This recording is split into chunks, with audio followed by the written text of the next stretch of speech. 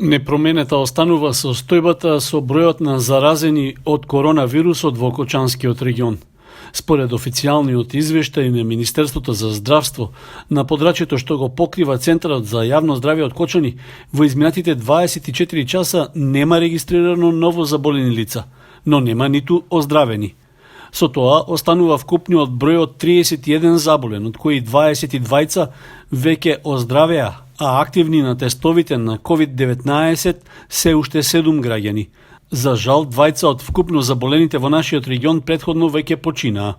Од ресорното министерство информираа дека во изминатото деноноќие биле направени вкупно 292 теста. При тоа откриени се 13 новозаболени на ниво на држава. Од нив 5 мина се од Велес, по 3 од Прилеп и Тетово и по 1 во Битола и Куманово. Освен нив, 2 лица кои се од Прилеп и Битола починале како последица на компликациите од коронавирусот. За разлика од позитивните на тестирањата, податоците за бројот на оздравени е оптимистички.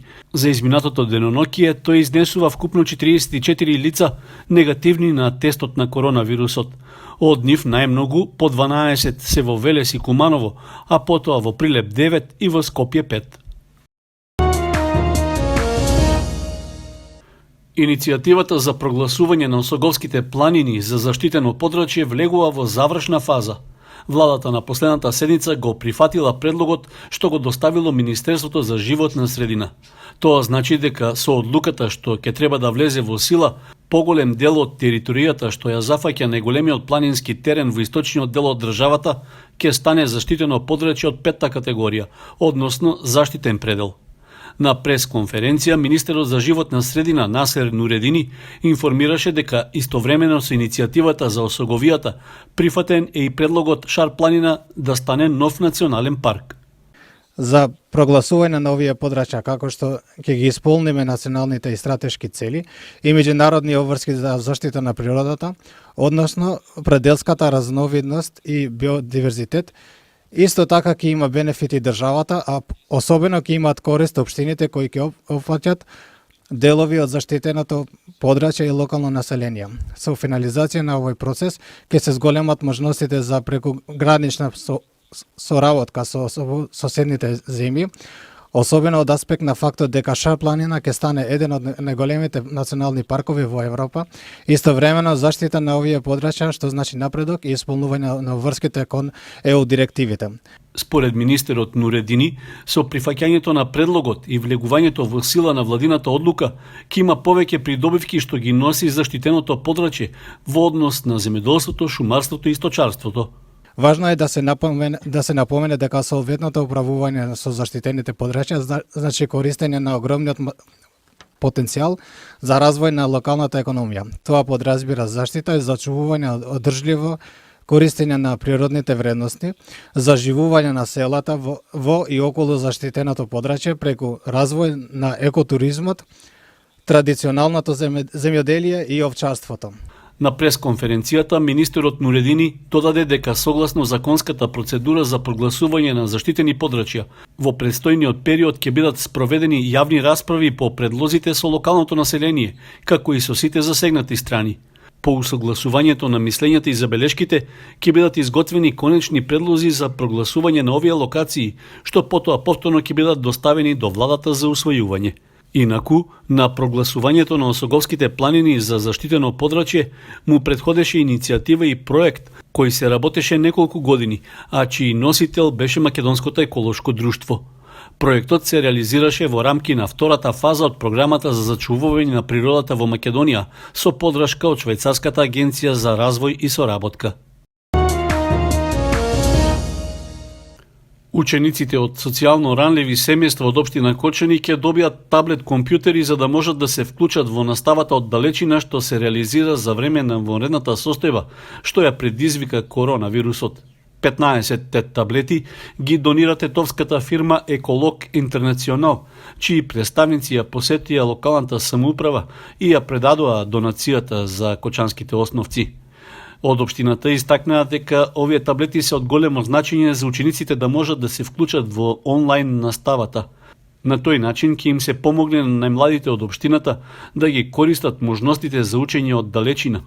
При тоа беше упатена благодарност до семејството Дестани, чија компанија Еколог Интернационал им помага на децата од ранливите категории. Од локалната самоуправа на Кочани информираа дека очекуваат 5 основни училишта од општината да достават предлози за ученици кои би ги добиле таблетите. Асфалтирањето на локалниот пат од Подлог до Мојанци ќе продолжи и в четврток на 7 мај.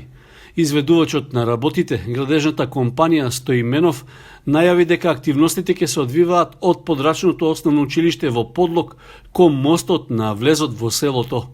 Времената измена на сообраќајниот режим што важеше во изминатите 2 дена е укината, а сообраќајот сега ќе се одвива нормално. Со асфалтирањето и на овој дел реконструкцијата ќе влезе во завршница. Градежните активности се пролонгираа поради доцнењето на изредбата на колекторскиот систем од проектот за изградба на пречистителна станица за отпадни води во близина на селото Мојанци, кој на 2 места преминува преку патниот правец од Кочани кон ова село. Средствата за реконструкција на патот се обезбедени од Швајцарската агенција за развој и соработка. Од 5 до 12 мај се одбележува неделата на сестринството во Македонија. На одбележувањето годинава ќе изостанат средбите и свеченостите со оглед на тоа што, како медицински работници, тие се во првите редови во борбата против коронавирусот. Слоганот на Сдруженијето на медицински сестри, техничари, акушерки и стоматолошки сестри е "Ние медицинските сестри не сме ангели, но сме сигурно втората најубава работа по ангелите".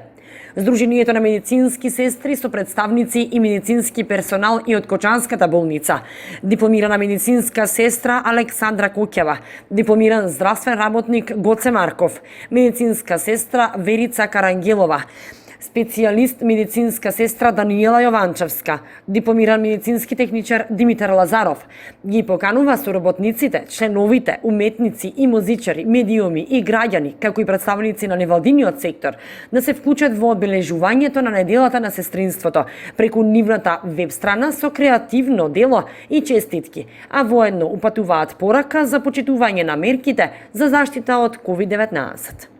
Од денес па се до 12 мај ќе трае одбележувањето на Меѓународната недела на сестринството. 5 мај денот на акушерките, па се до 12 мај денот на медицинските техничари и сестри. Оддаваме почит на сестринството, на хуманоста, за посветеноста со која сите здравствени работници се вклучија во борбата со неведливиот непријател SARS-CoV-2, а со тоа се испрати една космополитска порака до целото човештво за враќање на човечките квалитети. Пораката, која денес ја испраќаат здравствените работници, е почитување на мерките и препораките на Светската здравствена организација и подигање на националното ниво на здравствена заштита по теркот на глобалните случувања и глобални цели кои ќе бидат поврзани со едно универзално здравство. Здравието на пациентот и безбедноста на здравствениот работник на прво место, како една нова форма на борба против преносливи и непреносливи болести, подготвеност и одговор при идни случаи и секогаш на ниво на задачите.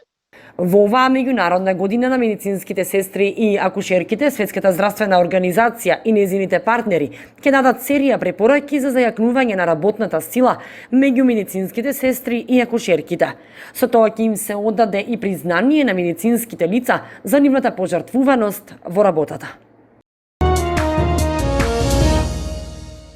Храмова слава на Кочанската црква што го носи името на заштитникот и патрон свети великомаченик Ѓорги Победоносец. Верниците упатуваа заедничка молитва кон светителот, а со литургијата по повод празникот, чиј началствуваше митрополитот Брегалнички Иларион со свештеници од Кочанското архиерейско наместништво, кои што ја осветија водата и славскиот колач. Владиката Иларион одржа беседа во која зборуваше за светиот великомаченик Ѓорги. Сите оние кои што биле на поклонение во светата земја се сведоци како извира мирот од иконата со Свети Ѓорги на мермерната плоча, како благоука и тече како чешма вода. Тоа е доказ дека верата наша е вистинска, силна, благодатна и семојниот Бог е со нас и не води по патот на вечноста, со подкрепа и застапништво на Мајката Божја, на светителите кои што се молат и се застапуваат пред Бога за сите нас. Црквата Христова го прославува од 303 година до денеска и ќе го прославува до крајот на светот како голем маченик, како голем победител на злото, како голем исповедник, како голем сведок за Христа и за воскресението. Многумина Ѓурѓовден го слават како домашна слава, а празнуваат и оние кои го носат името на светителот. Светите мошти на светителот, кои се исцелителни и чудотворни, се разнесени по целиот свет за утеха на верните, за исцеление на болните, а неговиот гроб е во Палестина и од мермерната икона со ликот на светителот извира миро како потврда за верата Христова. Светиот Ѓорѓи е заштитник на затворениците и сиромашните и лекар на болните. Дека е голем светител, сведочи светот преку многобројните храмови и манастири кои се посветени на него. Седмиот меѓународен фолклорен фестивал традиционални ѓурѓовденски обичаи, песни и ора требаше да се одржи од 7 до 10 мај 2020 година со реализација на фолклорни концерти во Оризари, Зрновци и Чешиново. Поради настанатата ситуација со пандемијата на коронавирусот и воредната состојба, фолклорниот ансамбл Љупча Сантов од Оризари ги информира сите љубители на фолклорот и обичаите дека истиот го одложува се додека не се создадат соодветни услови за негово одржување. По укинувањето на воредната состојба и забраната за јавни собири, фестивалот ќе биде реализиран. Како можен термин за одржување на фестивалот е од 18 до 21 јуни. Ансамблот има испратено известување до Министерството за култура, област музејска дејност. На фестивалот покрај домаќинот планирано е да учествуваат фолклорни групи од Херцег Нови, Црнагора, локалните ансамбли од Кочани, Радовиш, Ораовица, Подареш, Градско, Драчево и фолклорниот ансамбл Китка од Истибања. Фолклорниот ансамбл Љупча Сантов на сите жители на Македонија им го честита празникот на обновување на природата и животот Ѓурѓовден, бидејќи чувањето на материјалното и духовното наследство, како што се песните, ората, обичаите, е чување на традиционалните и културните вредности. Организирајќи ја оваа манифестација, сите заедно даваме придонес кон тоа и се пренесува традицијата на идните генерации.